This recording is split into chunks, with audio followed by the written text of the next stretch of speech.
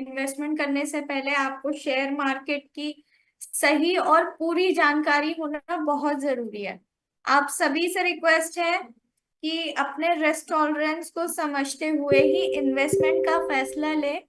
किसी भी किस्म का ट्रेडिंग या इन्वेस्टमेंट डिसीजन लेने से पहले अपने फाइनेंशियल एडवाइजर से सलाह मशवरा जरूर करें।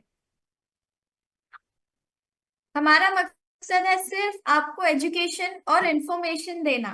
हम किसी भी नुकसान के लिए जिम्मेदार नहीं होंगे और इसीलिए हम ये ट्रेनिंग सेशन ले रहे हैं। आज के इस ट्रेनिंग सेशन में हमारे साथ होंगे मिस्टर विवेक जोशी सर, और उनके साथ एक है आज जो ट्रेनिंग लेने वाले हैं वो है विजय शर्मा सर, जिनको 10+ इयर्स का एक्सपीरियंस है स्टॉक मार्केट में। ये रिसर्च एंड फंडामेंटल में एक्सपर्टीज है। तो वो आपको आज बहुत ही आसान शब्द में शेयर मार्केट की एजुकेशन एंड इंफॉर्मेशन देने वाले हैं। तो आप सबसे रिक्वेस्ट है कि इस सेशन को पूरा अटेंड करें ताकि आपकी स्टॉक मार्केट की नॉलेज और भी ज्यादा गहरी हो सके।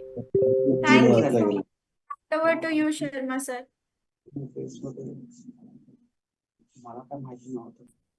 Thank you Jainam.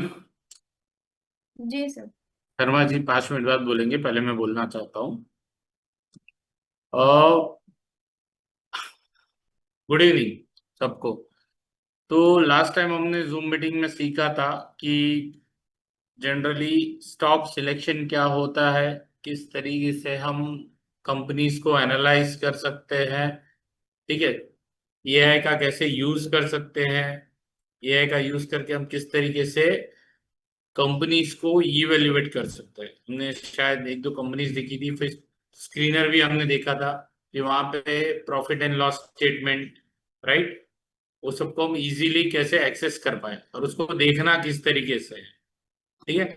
तो वो लास्ट टाइम जो सेशन पे हमने कंटिन्यू जो किया था, उस पे अगर किसी को क्वेश्चन हो तो प्लीज पूछ सकते हैं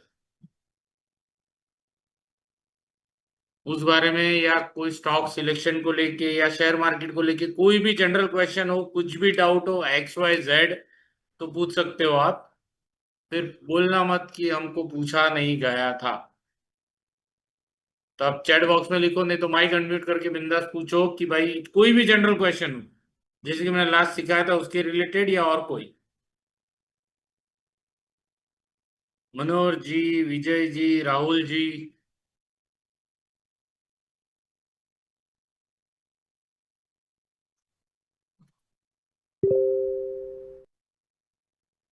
महेश सर, ये ट्रेनिंग सेशन चल रहा है सर, आप पे आउट का पूछ रहे हैं। आपको जो भी है ट्रेनिंग से रिलेटेड या स्टॉक मार्केट से रिलेटेड क्वेश्चन कीजिए सर। राइट जन्म, थैंक यू।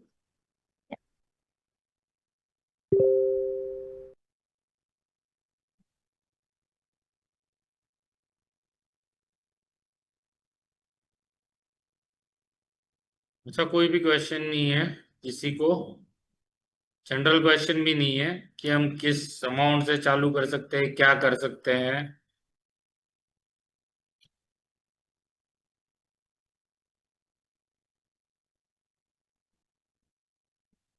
ठीक है। तो लास्ट टाइम हमने देखा था कि हमने प्रॉफिट एंड लॉस स्टेटमेंट, ठीक है, प्रॉफिट एंड लॉस स्टेटमेंट क्या होता है, उसको किस तरीके से देखते हैं, किस तरीके से उसको वेबसाइट पे या कोई भी कंपनी के प्रॉपर जाके स्क्रीन में जाके कैसे चेक करते हैं, ठीक है। उसके बाद हमने देखा था कि भाई ये ग्रोस प्रॉफिट, ठीक है। उसके बाद हमने देखा था ऑपरेटिंग एक्सपेंस क्या होता है। These are the everyday cost of running the business like rent, salaries and marketing, ठीक है।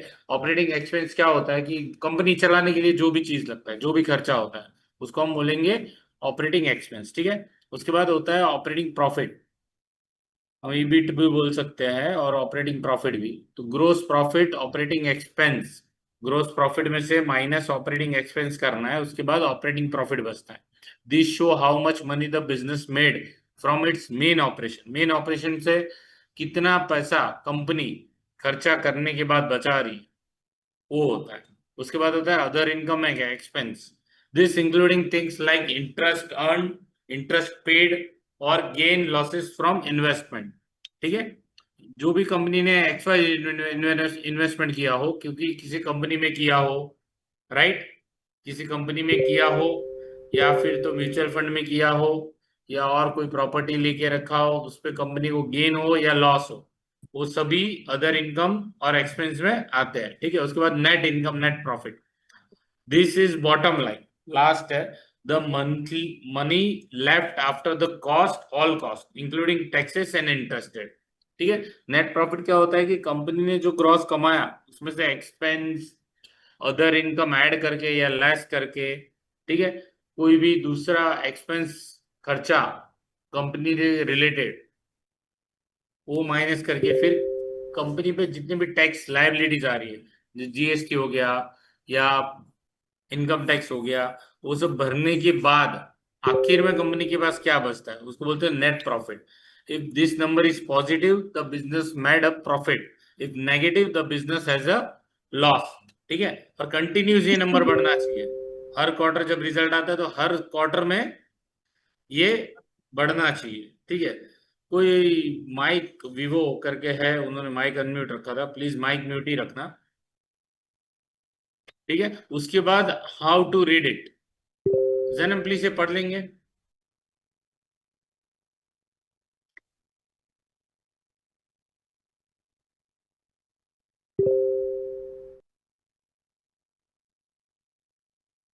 जैनम, हेलो। ठीक है, शायद कुछ टेक्निकल इशू है। तो start with the revenue, the business making more or less money compare to last year. ठीक है, लास्ट ईयर से, लास्ट क्वार्टरली या ईयरली जो भी आप देख रहे हो, बेस्ट ऑफ बेस्ट है कि आप क्वार्टरली रिजल्ट ना देखो, आप जाके स्क्रीनर में ईयरली रिजल्ट ही देखो। तो ईयरली रिजल्ट जो आप देखोगे, तो लास्ट क्वार्टर से, लास्ट प्रॉफिट से ये मंथ, ये ईयर का प्रॉफिट ज्यादा होना चाहिए। ठीक है, look at a gross profit, how much money left after the paying for all product and service. A high gross profit means the business making a good money from what is sale, मतलब जो भी sale company product या service कर रही है, उससे last profit से ये प्रॉफिट बढ़ के आ रहा है, नंबर्स में आपको दिख रहा है, तो कंपनी अच्छा कर रही है सेल्स में या तो सर्विस में। ठीक है, लोगों को पसंद आ रही है। Next, check operating expense, are cost like salaries, rent, marketing up to much of the revenue, compare this expense to see if business is spending wisely।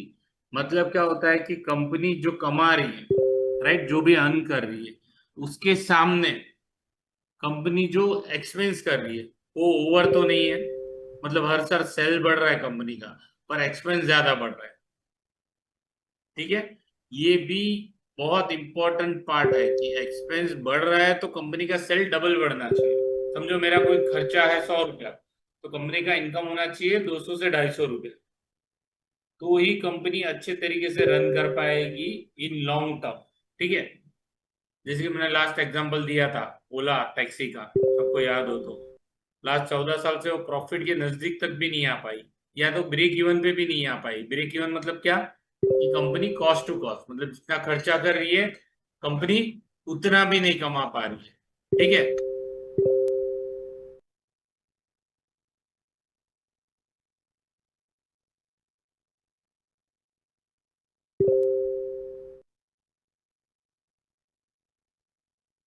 ठीक है, तो ओला उबर का भी मैंने लास्ट आपको एग्जांपल दिया था कि किस तरीके से कंपनी होता है जो अपना एक्सपेंस ब्रेक इवन पे भी नहीं पहुंच सकता, तो वैसी ज्यादातर वैसी कंपनी से दूर ही रहो।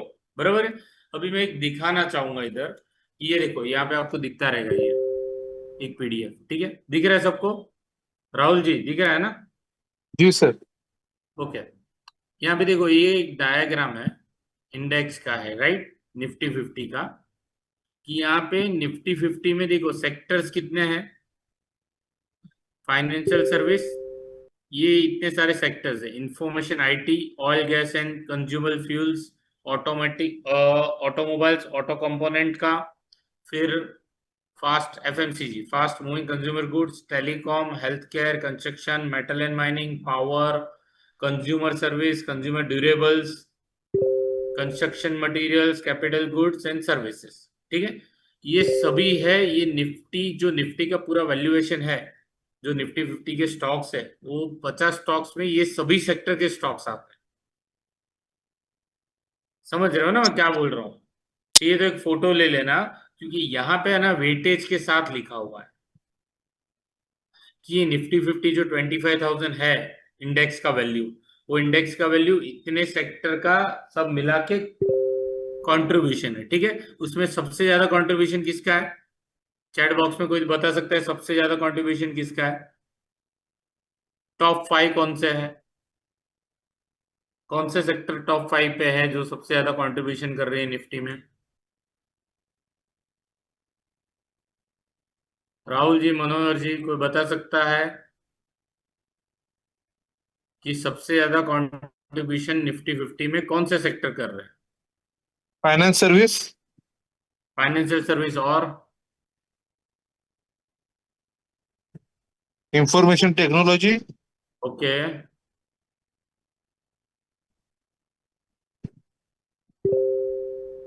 आईटी है, फिर ऑयल एंड गैस है। ठीक है, तो मोस्ट ऑफ ऊपर के जो 5 है ना, वो मिला के ही निफ्टी का ज्यादातर परसेंटेज हो जाता है। 37% प्लस 11 मतलब कितने हो गए? 48। 48 प्लस 10, 58। 58 और ये दोनों तो ऑलमोस्ट 75% तो ये टॉप 5 मिला के ही हो गए। तो मोस्ट ऑफ आप टॉप 5 पे नजर रखोगे ना, ये निफ्टी 50 के जो 50 स्टॉक्स है, उसमें से ये जो सेक्टर्स में आते हैं ना, टॉप 5 सेक्टर्स में जो स्टॉक, उस पे नजर रखोगे तो आपको पता चल जाएगा कि निफ्टी आज क्या मूव करे, इंडेक्स आज कौन सी साइड जा सकता है। लास्ट टाइम मैंने एक वेबसाइट बताया था, अगर सबको याद हो तो। ठीक है, कौन सा वेबसाइट था वो पता करने के लिए कि भाई आज screener in. Sorry, screener in. Intraday screener. Intraday screener करके था। इंटरडे तो खाली screener.in तो वो है जहां पे आप प्रॉफिट लॉस या बैलेंस शीट या कोई भी कंपनी की डिटेल चेक कर सकते हैं। हमको इंडेक्स में देखना है तो ये देखो, वापस दिखा देता हूँ। यहाँ पे देखो इंटरडे स्क्रीनर करके है, ये वहां पे देखो इंडेक्स कंट्रीब्यूशन दिख रहा है। इंडेक्स कंट्रीब्यूशन पे आप क्लिक करोगे, ठीक है, तो यहाँ पे आपको दिखाएगा कि पॉजिटिव स्टॉक्स कितने हैं, नेगेटिव स्टॉक्स कितने हैं। अभी मार्केट बंद है तो नहीं दिखाएगा। ठीक है, मार्केट चालू रहेगा तब भी यहाँ पे आएगा। एग्जांपल दिखा देता हूँ, देखो ये नीचे इस तरीके से, कुछ इस तरीके से दिखाएगा कि 47 पॉइंट मार्केट प्लस है तो उसका कारण ये सब स्टॉक्स है, और 74 माइनस है तो उसके कारण ये है। तो आपको समझना है चीज को कि यहाँ पे जो हाईएस्ट कंट्रीब्यूशन वाले है, ठीक है, हाईएस्ट कंट्रीब्यूशन वाले शेयर है, सेक्टर है, उसमें कौन से शेयर आते हैं और वो कौन सी साइड पे है, पॉजिटिव साइड पे है या नेगेटिव साइड पे है। अभी रिलायंस है, वो कहाँ पे आता है? ऑयल एंड गैस में, राइट? सबको पता है रिलायंस ऑयल एंड गैस में आता है। तो ऑयल एंड गैस का परसेंटेज है 11। ठीक है, तो ये 11% वाला शेयर पॉजिटिव साइड में। उसके बाद कोटक, वो बैंकिंग में आता है, फाइनेंस में। ठीक है, समझ रहे हो ना मैं क्या बोल रहा हूँ? वो तरीके से आपको इंडेक्स पता कर सकते हो इजी तरीके से कि भाई इंडेक्स आज कहाँ जाएगा। अभी फाइनेंशियल सर्विस में है, ठीक है, ये सब सेक्टर वाइज हो गया। अभी इसको मैंने ऑलरेडी बताया था कि स्टॉक वाइज कैसे होता है। तो स्टॉक वाइज देखो, यहाँ पे टॉप 10, टॉप 5 या टॉप 10 दिए हुए। HDFC बैंक हाईएस्ट है, ICICI बैंक है, रिलायंस इंडस्ट्रीज है, Infosys, Bharti Airtel, ITC, L&T, Tata Consultancy, Axis and Kotak है। ये ऑलमोस्ट ये सबका टोटल करेंगे ना तो 60% के आसपास आ जाएगा। तो निफ्टी 50 में भी ये स्टॉक्स है जो, ये जो साइड रहेंगे, पॉजिटिव साइड रहेंगे मार्केट पॉजिटिव जाएगा, नेगेटिव साइड रहेंगे मार्केट नेगेटिव जाएगा, क्योंकि ये हैवी वेट है। निफ्टी 50 में इनका परसेंटेज इतना है, इनका पार्टिसिपेंट इतना। कोई क्वेश्चन है इसके बारे में किसी को? नहीं समझ रहा है तो प्लीज पूछ लेना, क्योंकि ये इंपॉर्टेंट है। इंडेक्स और स्टॉक कैसे मूव करते हैं उसके बारे में जानना जरूरी है। ठीक है। कल उठ के समझो कि HDFC bank, ICICI bank, Reliance, ये तीनों अच्छा कर रहे हैं, शेयर्स के प्राइस तीनों के बढ़ रहे हैं। उसके सामने 10 शेयर नीचे है, पर वो 10 शेयर का वैल्यूएशन कुछ है ही नहीं। 1% वाले से 10 शेयर नीचे गिर रहे हैं, और ये 10-10% वाले 3 शेयर ही ऊपर बढ़ रहे हैं। तो क्या होगा निफ्टी में, कोई बताएगा मेरे को? निफ्टी 50 में से 3 ही स्टॉक बढ़ रहे पर हाई वैल्यूएशन वाले, और 10 स्टॉक घट रहे लो वैल्यूएशन वाले। तो हो गया क्या, निफ्टी 50 ऊपर जाएगा नीचे जाएगा?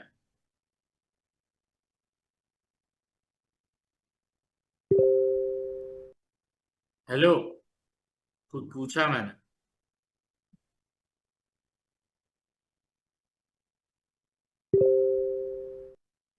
मनोहर सर, राहुल सर,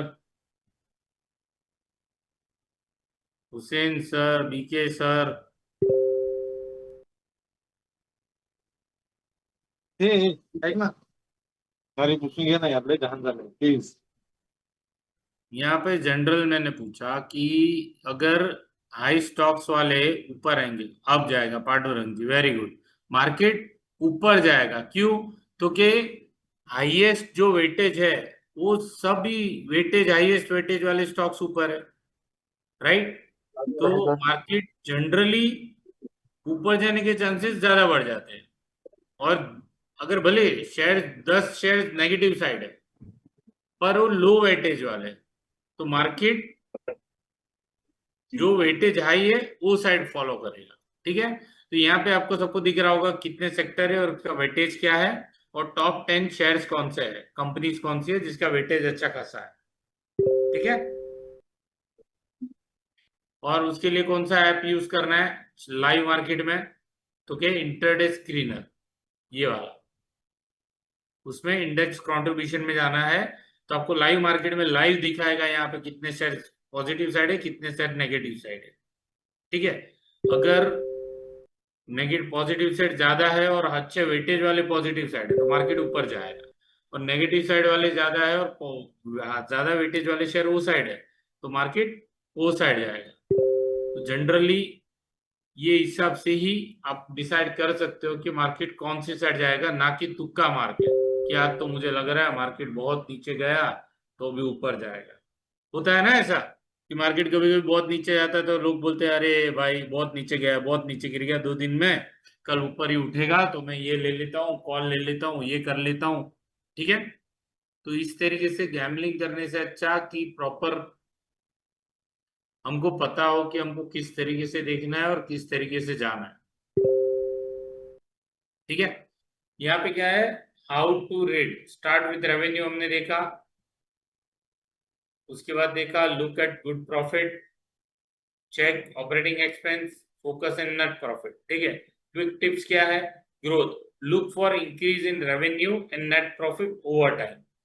मतलब हर साल प्रॉफिट बढ़ रहा है और रेवेन्यू भी बढ़ रहा है, वो चेक करना है। Efficiency, check is the cost are under controlling not growing faster than the revenue. मतलब खर्चा जो लग रहा है कंपनियों को, बरोबर है, वो एक्स जो इनकम आ रहा है रेवेन्यू उससे ज्यादा तो ना ही हो। ठीक है।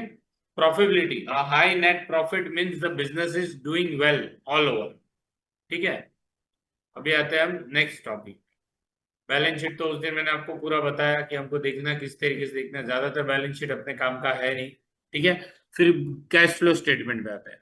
Operating activities, cash from day to day operation, cash generated from the core business activities, sales, expense या services. Positive cash flow is indicate the business can sustain itself. ठीक है। पॉजिटिव कैश फ्लो मतलब क्या है कि company के पास पैसे है, कंपनी बिजनेस पैसे निकाल रही है और वो आगे सस्टेन करने के लिए सस्टेन कर सकती है। दूसरा, investing activities, cash from investment, cash spend or earn from investment, buying equipment, selling assets. Negative cash flow here often means the business is growing itself. ठीक है, यहाँ पे नेगेटिव कैश फ्लो मतलब क्या हो गया कि भाई कंपनी कहाँ तो भी इन्वेस्ट कर रही है और वहां से वो इन फ्यूचर जनरेशन पे ध्यान देगी। ठीक है, और वहां से उसको इन्वेस्टमेंट में से अच्छा खासा इनकम आएगा। उसके बाद क्या आता है, financial activity, cash from funding, cash from borrowing or equity, example loan, issue share and repaying debts। Positive cash flow here suggest the company is raising fund, negative indicate repayment. ठीक है, इसका मतलब जनरली वो होता है कि company को कुछ चीज के लिए पैसा चाहिए, जैसे जोमेटो ने अपने आईपीओ के जो फंडिंग आया उससे ब्लिंकिट को खरीद लिया। रिलायंस जैसे कि आईपीओ या कुछ इशू करता है, ठीक है, तो उससे फंडिंग लेता है, तो उससे क्या करता है, दूसरी कंपनी को एक्वायर करता है या अपने प्रोडक्ट या सर्विस लाइन में सुधार करता है। ठीक है, उसके बाद यह positive cash flow here is sine is the healthy business. कोई भी बिजनेस में पॉजिटिव कैश फ्लो होना जरूरी है, पर सेक्टर वाइज। लास्ट टाइम मैंने जैसे समझाया था कि सेक्टर वाइज अलग अलग कैश फ्लो हो सकता है। ठीक है, उसके बाद constant negative cash flow might be indicate healthy repayment और डेब्ट और डिविडेंड। कैश फ्लो नेगेटिव हो सकता है, उसका मतलब वो नहीं कि कंपनी खराब है। कंपनी क्या अपना डेब्ट क्लियर कर रही हो, उसके बाद डिविडेंड एज ए प्रॉफिट जो आ रहा हो डिविडेंड में बांट रही हो। ठीक है, तो हेल्दी होता है वो कंपनी के लिए। कैश फ्लो नेगेटिव और पॉजिटिव दोनों अच्छे भी हो सकते हैं और दोनों खराब भी हो सकते हैं। बैंकिंग में कैश फ्लो पॉजिटिव हो मतलब अच्छा नहीं है। ठीक है, और FMCG product, fast moving goods, उसमें अगर कैश फ्लो नेगेटिव हो तो अच्छा नहीं, क्योंकि चाय बिस्कुट शैम्पू कोई उधारी में बेचता नहीं, और बैंक वाले अपने पास पैसा पड़ा रहने नहीं देते। वो इन्वेस्ट करेंगे तभी तो वो जनरेट, जिसने बैंक में पैसे डाला उसको कमा के दे पाएंगे। ठीक है, तो देखना है कौन सा सेक्टर है, उसके हिसाब से कैश फ्लो को देखना है, नेगेटिव अच्छा है कि पॉजिटिव अच्छा है। नेक्स्ट, अब मैं यहाँ से हमारे जो विजय शर्मा जी है उनको हैंड ओवर करता हूँ। वो आपको फंडामेंटल्स के बारे में कुछ अच्छे से जानकारी देंगे और इन्वेस्टमेंट किस तरीके से होता है वो कुछ बताएंगे। ठीक है, तो यहाँ से मैं हैंड ओवर करता हूँ विजय शर्मा जी को, 1 ही मिनट में।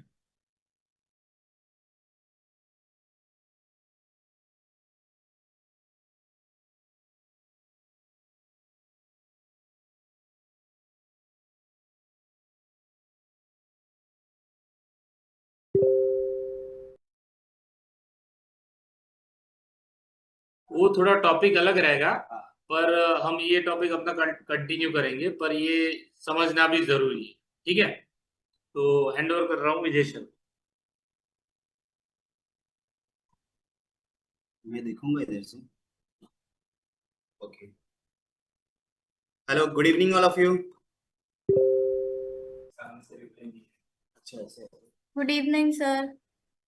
Good evening sir. जन्म बाकी सबका तो नहीं, आप थोड़े रिप्लाई देते रहना। ओके, होप आज का क्लास बहुत ही अच्छे से जा रहा है। मैं आपको कुछ अलग, थोड़ा अलग तो नहीं, मतलब ये बता सकता हूँ कि मैं आपको इंट्राडे में कैसे स्टॉक सिलेक्शन करते हैं। ठीक है, अगर आप इंट्राडे ट्रेडर हो और डेली एक उम्मीद लेके आते हो कि मुझे ये रिटर्न चाहिए, एक्स रिटर्न चाहिए, तो उसके हिसाब से मैं आपको एक पैटर्न बताने वाला हूँ। तो आप यहाँ पे है ना अपना डायरी ओपन करिए और नोट करिए स्टेप बाय स्टेप जो मैं आपको बताने की कोशिश कर रहा हूँ। स्क्रीन पे जाने के लिए ओके, आपको मेरा स्क्रीन दिख रहा है? हाँ सर, विजिबल है स्क्रीन। ओके ओके, सबसे पहले एनएससी के साइट, जो कि सबके लिए सबको पता ही रहेगा, हम एनएससी के साइट पे जाएंगे, nseIndia.com।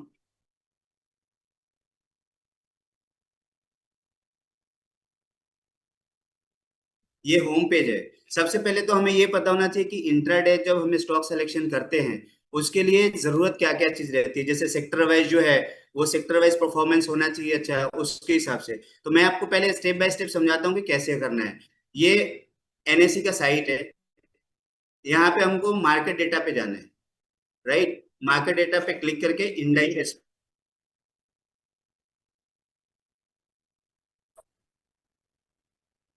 मार्केट डेटा से इंडाइसेस आप चाहिए तो स्टेप बाय स्टेप लिखिए। फर्स्ट स्टेप में लिखिए NSEindia.com, देन आपको यहाँ पे मार्केट पे जाना है, मार्केट पे क्लिक करना है, राइट। मार्केट पे क्लिक करने के बाद में आपको आना है इंडाइसेस पे, इंडाइसेस पे क्लिक करना है हमें। अभी यहां से हमें देखना है सेक्टोरियल इंडाइसेस। एक पेज ओपन होगा, नया एक पेज ओपन हुआ है।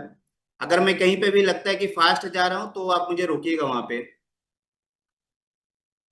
यहाँ पे थोड़ा सा स्क्रॉल डाउन करेंगे, आपको एक नीचे से दिखेगा सेक्टोरियल इंडाइसेस, और जहाँ पे अलग अलग सेक्टर्स है, जैसे आप देख रहे होंगे यहाँ पे सेक्टोरियल इंडाइसेस में निफ्टी ऑटो है, निफ्टी फाइनेंस है, निफ्टी FMCG है, निफ्टी IT है, मीडिया है, मेटल्स है, ऐसे जितने भी सेक्टर्स है, लगभग 12 से 13 सेक्टर्स है अलग अलग, वो सारे आपको यहाँ पे दिख जाएंगे।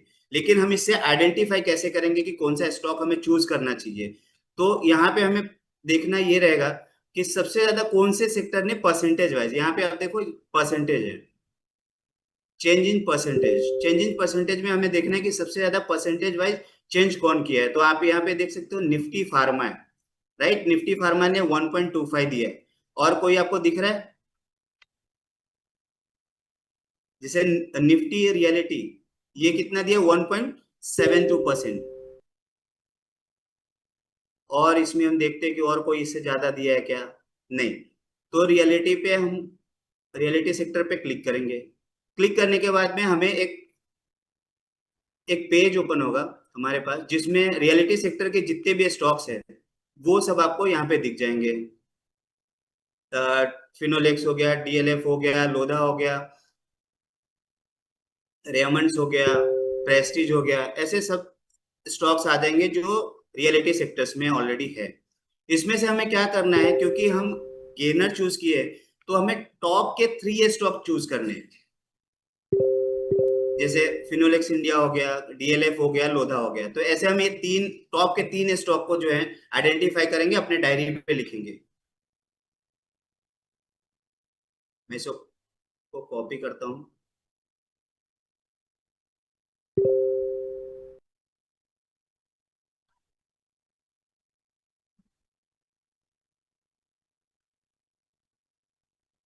न्यू टैब के लिए इसको साइड लेना।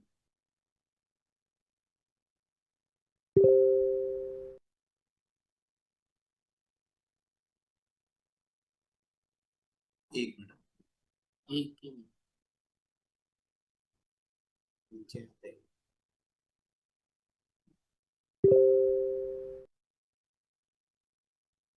ओके,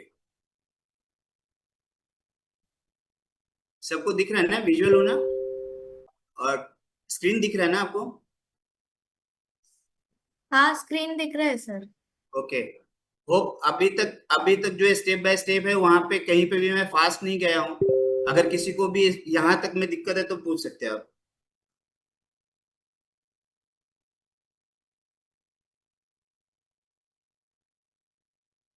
प्लीज पार्टिसिपेंट्स कोऑर्डिनेट कीजिए, बोलिए अनम्यूट करके या मैसेज करके।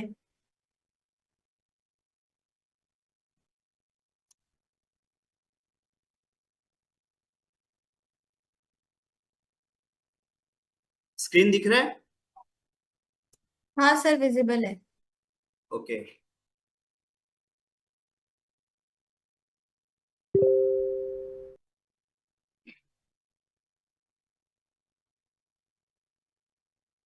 अभी हमने जो वहां से स्टॉक लिया था, ठीक है,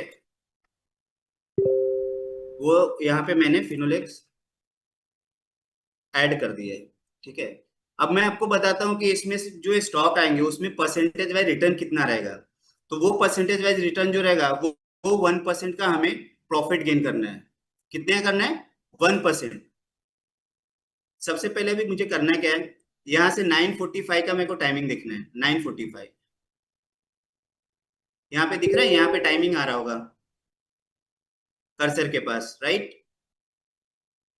9:45 में टाइमिंग क्या दिख रहा है? 16:10, राइट। 1610 रुपया 10 पैसा। ठीक है, अब हमें क्या करना है, इसके पहले का हाई, मतलब 945 से पहले क्या हाई बनाया, तो 945 से पहले का हाई बनाया इसने 1621, राइट। 1621 मार्क करना है, और उससे पहले का लो क्या है, वो है 1594। ये दो चीजें हमें डायरी में मेंशन करनी है। 945 से पहले का जो हाई था वो 1621.80 है। इट मींस ये 1622 के ऊपर जाएगा तो हमें बाई करना है, सिंपल सा स्टॉप। ठीक है, बाई करने के बाद इसका हमें सिर्फ 1% लेना है प्रॉफिट, 1%। आप सोचो अगर एक दिन का अगर 1% भी मिल रहा है तो काफी अच्छा रिटर्न है। इसका 1% पकड़ेंगे तो कितना आ जाएगा, चैट में रिप्लाई कर सकते हैं या अनम्यूट करके बोल सकते हैं आप।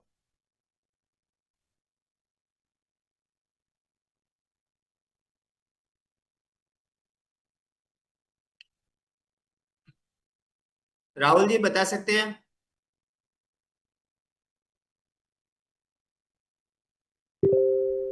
16 रुपीज होता है 1%, राइट, अप्रोक्स 16 रुपीज। तो हमने क्या किया है, 1622 में बाई किया है, 1622 प्लस 16 करेंगे तो कितना आ जाएगा, 1622 प्लस 1638, 1638 में हमारा प्रॉफिट बुक होना चाहिए। अब देखेंगे हम कर्सर जाके कितने देर में ये पोजीशन स्क्वायर अप होता है।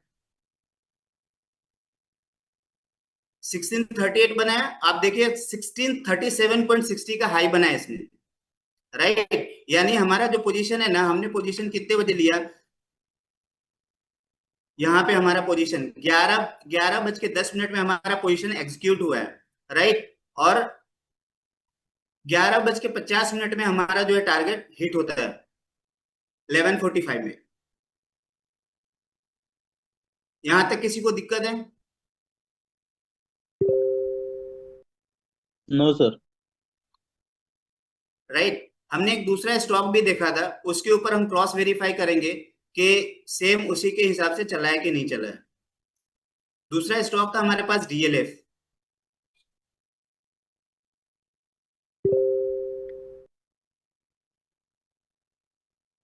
डीएलएफ को भी मैंने एंटर किया, डीएलएफ के चार्ट पे आ गया। आप जो भी प्लेटफॉर्म यूज करते रहेंगे चार्ट का, वो वहां पे भी यूज कर सकते हैं। मैंने यहाँ पे गूगल फाइनेंस चार्ट लिए।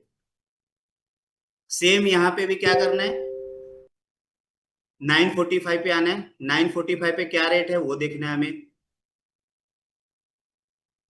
945 पे इसका रेट है कितना, 754.55, राइट। ये है लो, और वहां उससे पहले का हाई क्या है, 761.50। हम इसको पोजीशन कैसे लेंगे, क्योंकि हमें हाई साइड जाना है, तो जब तक ये 761.50 के ऊपर ट्रेड नहीं करता है हमें इसमें पोजीशन बनाना नहीं है। और जब ये पोजीशन बनेगा तो हमारा स्टॉप लॉस क्या रहेगा, 745 का लो।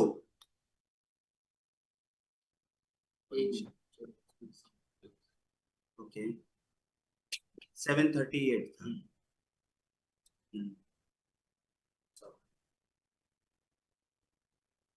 तो यहाँ पे 945 में क्या देखा हमने कि 54। तो हमें क्या करना है, दो ही चीज लेना है, 945 से पहले का हाई और पहले का लो। तो यहाँ पे पहले का लो है 754। जब हमारा बाइंग पोजीशन होगा तो एसएल हमारा 54 का ही लगेगा। हाई है 61.50। तो हमें तब तक पोजीशन नहीं बनाना है जब तक कि ये 61.50 के ऊपर, यानी 61.60 या 70 पे हम ट्रेड बना सकते हैं। तो हम देखते हैं कि कभी आ रहा है ये पोजीशन एग्जीक्यूट हो रहा है।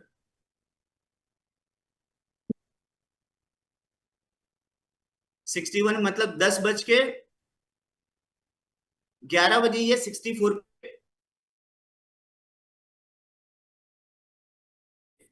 शायद आप सर ने कवर किया रहेगा, नहीं तो आपको पता रहेगा। तो कि जो भी रेट रहता है, जैसे यहाँ पे हमें मिला था 61.50, तो आप 61.60 या 70 का बाइंग स्टॉप लॉस लगा सकते हैं। ठीक है सर, नेक्स्ट टाइम आपको क्लियर करेंगे इससे रिलेटेड। लेकिन अगर मैं बोलता हूँ वहां पे आपने किसी ने लगाया भी नहीं, फिर भी आपका 764 पे जो है ना बाइंग, समझिए एग्जांपल के हमारा 764 पे बाई होता है, 11 बजे हमारा पोजीशन एग्जीक्यूट होता है, और स्टॉप लॉस क्या रहेगा यहाँ पे। उसके बाद आप देखेंगे कभी नीचे ही नहीं आया, उसके बाद ऊपर ही गया है। इसका 1% कितना होगा, चैट बॉक्स में डाल सकता है कोई? 1% 764 मतलब 7 रुपया अप्रोक्स, 7.5 रुपया। 764 में हम देखेंगे कितना, 7 रुपया और ऐड करना है, राइट। 765 मतलब 71, राइट। 771, 771 देखते हैं हम कितने टाइम में पूरा होता है। हमने ट्रेड लिया था 11 बजे, राइट, 11 बजे से पहले, और हमारा टारगेट पूरा हो जाता है कहाँ पे, 771, 74, 11 बजे ही कंप्लीट, 11:15 के आसपास हमारा 774 में जो है पोजीशन स्क्वायर अप हो जाता है। मतलब सिंपल है, हमें दिन भर स्क्रीन के सामने रहने की जरूरत नहीं है। मुझे अगर एक बार मॉर्निंग में सौदा मिल गया कि हाँ मुझे ये काम करना है, ये मुझे बाइंग के लिए रखना है, तो इसी चीज को हम अपना बाइंग ऑर्डर लगा देंगे, और सेलिंग ऑर्डर जैसे बाई हो गया हमने फिर सेलिंग ऑर्डर लगा दिया। कुछ करने की जरूरत नहीं है। आपका स्टॉप लॉस है तो स्टॉप लॉस आप लो का स्टॉप लॉस रख दीजिए और कंटिन्यू कर सकते हैं। उसके बाद आपको जो भी काम है फंडामेंटल या दूसरा करना है, आपका 1% डेली का यहां से निकल सकता है। हाइट वीडियो पर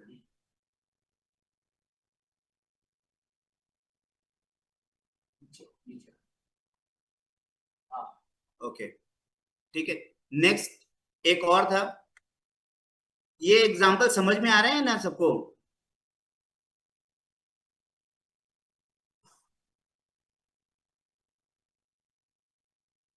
अब मुझे लोधा का मैं एग्जांपल ले रहा हूं, जिसमें आप लोग पार्टिसिपेट करके बताएंगे मुझे।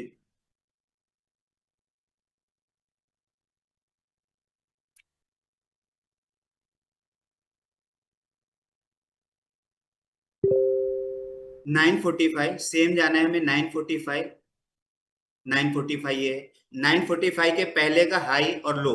तो पहले का हाई क्या रहेगा, 945 के पहले का हाई वो है 1410, 1410। अभी हमें 1410 मेंशन करना है, और लो क्या है इसका, 1383।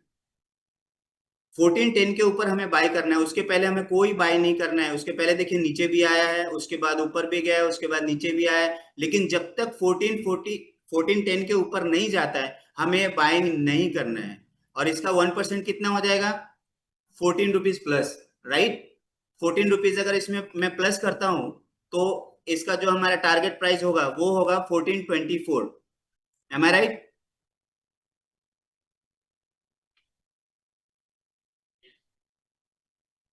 तो यहाँ पे आप देख सकते हो कि हमारा पोजीशन एग्जीक्यूट कब होता है, पहले हम वो चेक करते हैं।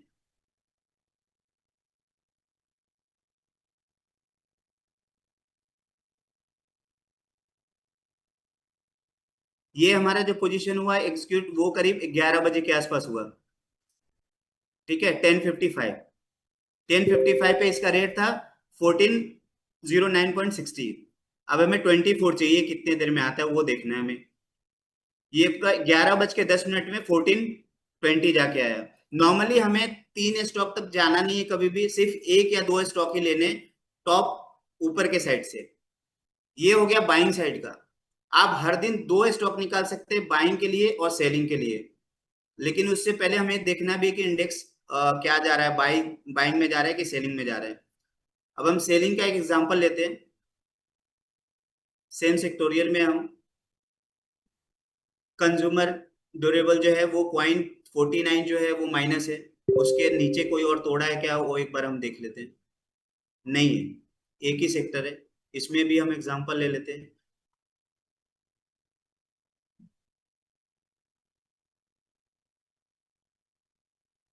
कंज्यूमर ड्यूरेबल के सारे स्टॉक आ गए। अब हमें सिर्फ एक बात का ध्यान रखना है कि हम बाइंग साइड में जो गेनर था उसमें हम क्या ले रहे थे, अपर साइड से ले रहे थे। स्टॉक सजेशन जो कर रहे थे, 1-2 स्टॉक जो भी ले रहे थे वो ऊपर के साइड से ले रहे थे। इसमें भी हमें जो 1 या 2 स्टॉक लेने हैं वो नीचे के साइड से लेने हैं। जैसे यहाँ पे क्या है, 2 स्टॉक है हमारे पास, एक है डिक्सन और एक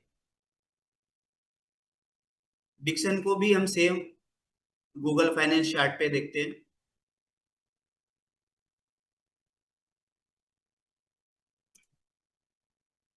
सेम हमें करना क्या है, सेम चीज करना है। 945, 945 से पहले का लो, तो पहले का लो क्या है, 15,391, जो कि ये पोजीशन अपना एग्जीक्यूट ही नहीं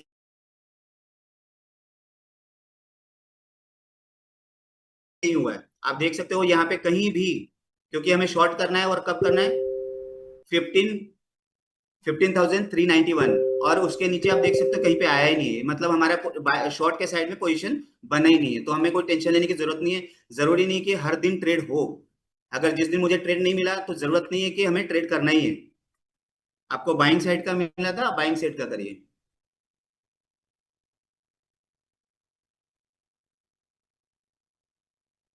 ओके, गुड।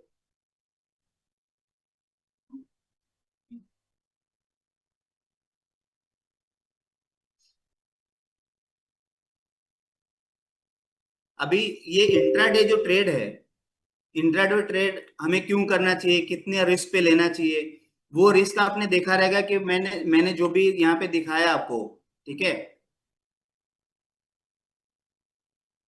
कि 1% हम डेली कैलकुलेशन में, अगर कैलकुलेशन वाइज करें तो डेली का 1% हम निकाल सकते हैं। मेन चीज क्या है कि अगर हम इंट्राडे ट्रेडर है तो हमें परसेंटेज वाइज पता होना चाहिए कि हमारा रिस्क कितना है, कितना परसेंट हम प्रॉफिट के साइड जा सकते हैं, कितना परसेंट जो है हम नुकसान झेल सकते हैं, स्टॉप लॉस लगा सकते हैं जितना।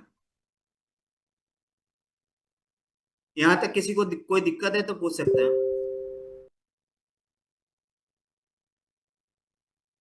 वो पहले वाला 14, ओके।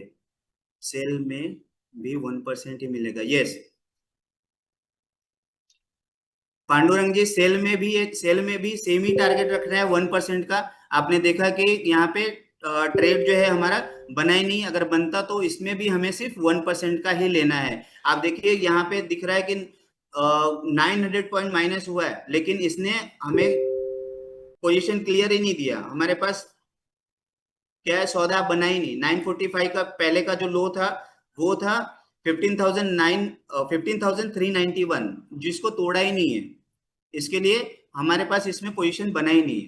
दूसरा इसमें एक और था, उसमें एक बार चेक कर लेते हैं एक बार।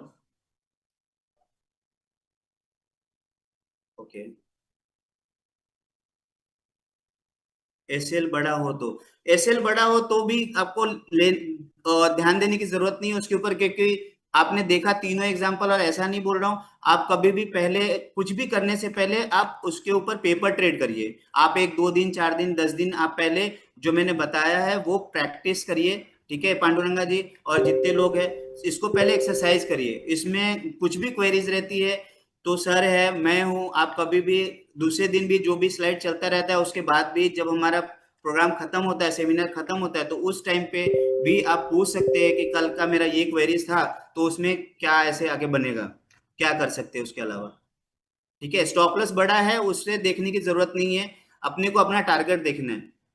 अगर एसएल रहेगा, एसएल लो का ही है, वो जाएगा तो कोई दिक्कत नहीं है। आपने देखा होगा अभी तक 3 स्टॉक हमने सर्च किया है, तीनों स्टॉक में से एक में भी एसएल नहीं लगा है।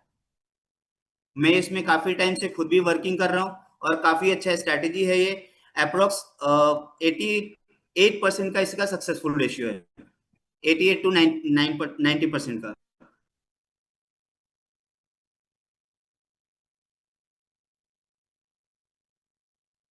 शॉर्ट में एक दूसरा था, मैं उसका भी एग्जांपल आपको दिखा देता हूँ।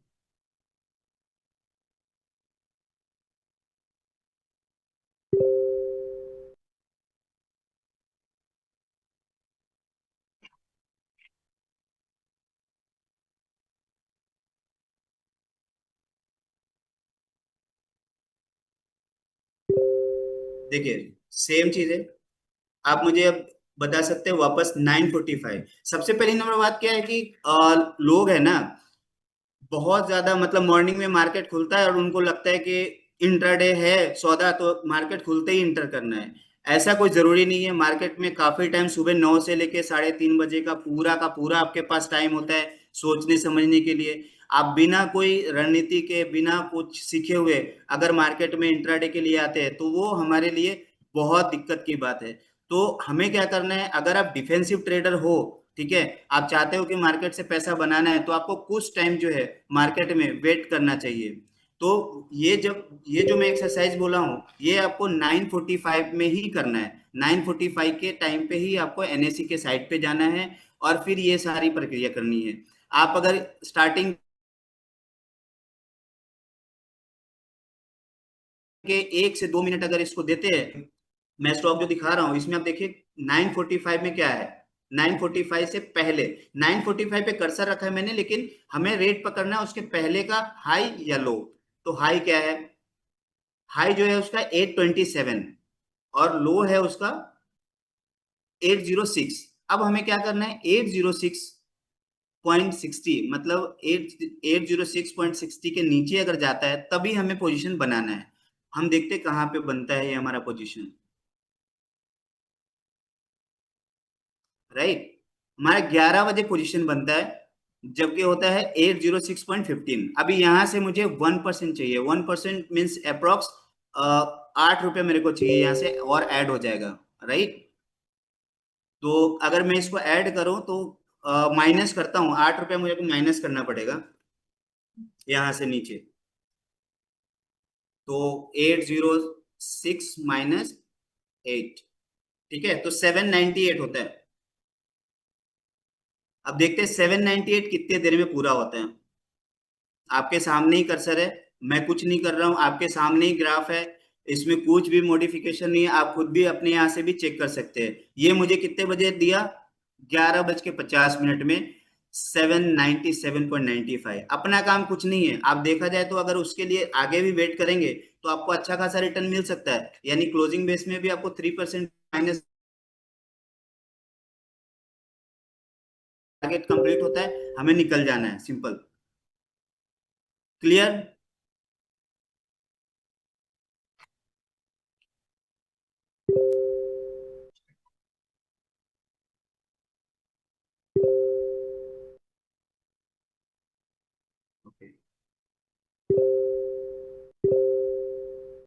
मैं चाहता हूं कि एक बार अगर आपको अच्छा लगे ये चीजें, तो आप एक बार है ना सर के साथ में शेयर करिएगा जरूर, और इस चीज को प्रैक्टिस करिए। 2-3 दिन आप खुद से प्रैक्टिस करिए। अगर कुछ भी प्रॉब्लम होता है आप नोट करके रखिए टॉपिक को, क्योंकि क्या होता है ना, जब तक आप पार्टिसिपेट नहीं करेंगे हमारे साथ में कि कहीं पे क्या दिक्कत आ रही है नहीं आ रही है, तो आगे इम्प्रूवमेंट नहीं आ पाएगा, आप आगे आप सीख नहीं पाएंगे।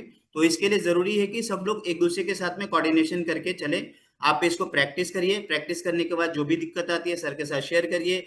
मैं नेक्स्ट सेशन में वापस आऊंगा, और अगर आपका कुछ इसमें कुछ डाउट है तो उसके अगर शेयर करेंगे, क्लियर करेंगे।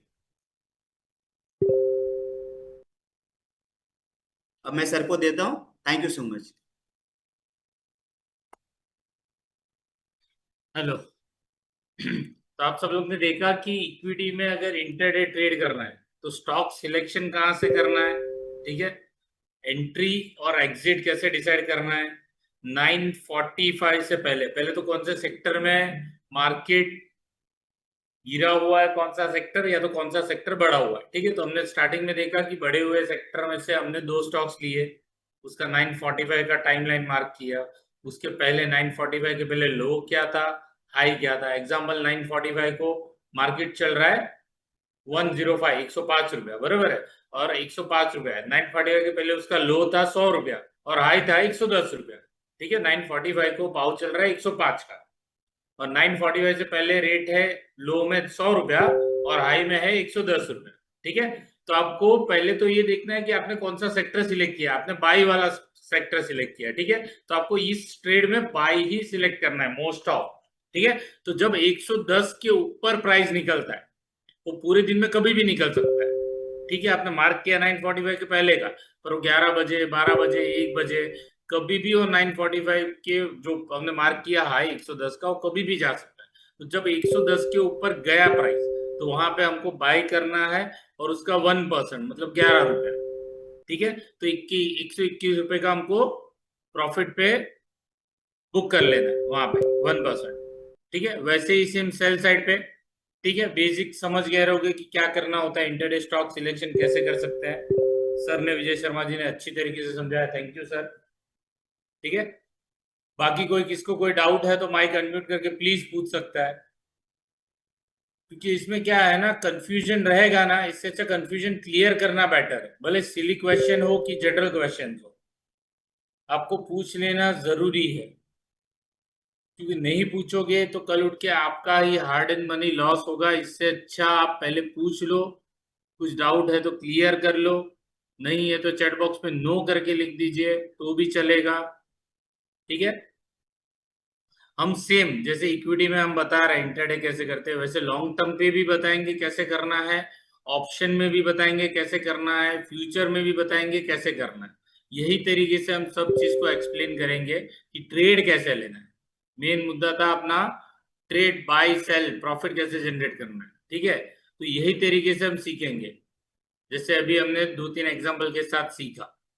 ठीक है जैनम, आज के लिए इतना ही प्लीज। अच्छा, मैडम शायद डिस्कनेक्ट हो गए, तो आज के लिए हम इतना ही रखते हैं। थैंक यू सबको, और कल मिलते हैं सेम टाइम पे। ठीक है, नोट और पेन लेके बैठिएगा, और जो भी आपके क्वेरीज या क्वेश्चन है तो प्लीज पूछ लेना, क्लियर